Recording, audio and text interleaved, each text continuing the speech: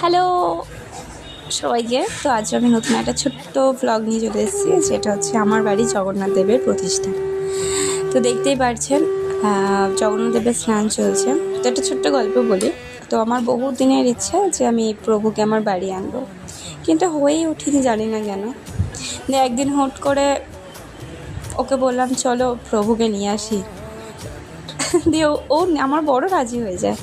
তো আমি প্রভুকে নিয়ে আসি। তো আমি প্রভুকে একবারে নিজে মনের মতো করে অঙ্গরাগ করিয়ে এনেছি। তো দেখতেই পারছো।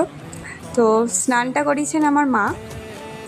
তো আমি হাতে হাতে সব করে দিয়েছি, কারণ আমি কোনো নিয়মকানুন জানি না বলে প্রভুকে আমি নিজে স্নান করাইনি, প্রতিষ্ঠানও করাইনি।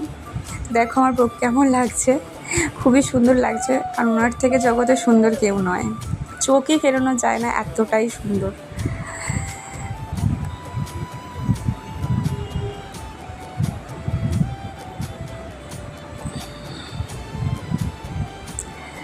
ছোটো ছোটো করে হয়ে গেছে আয়োজন।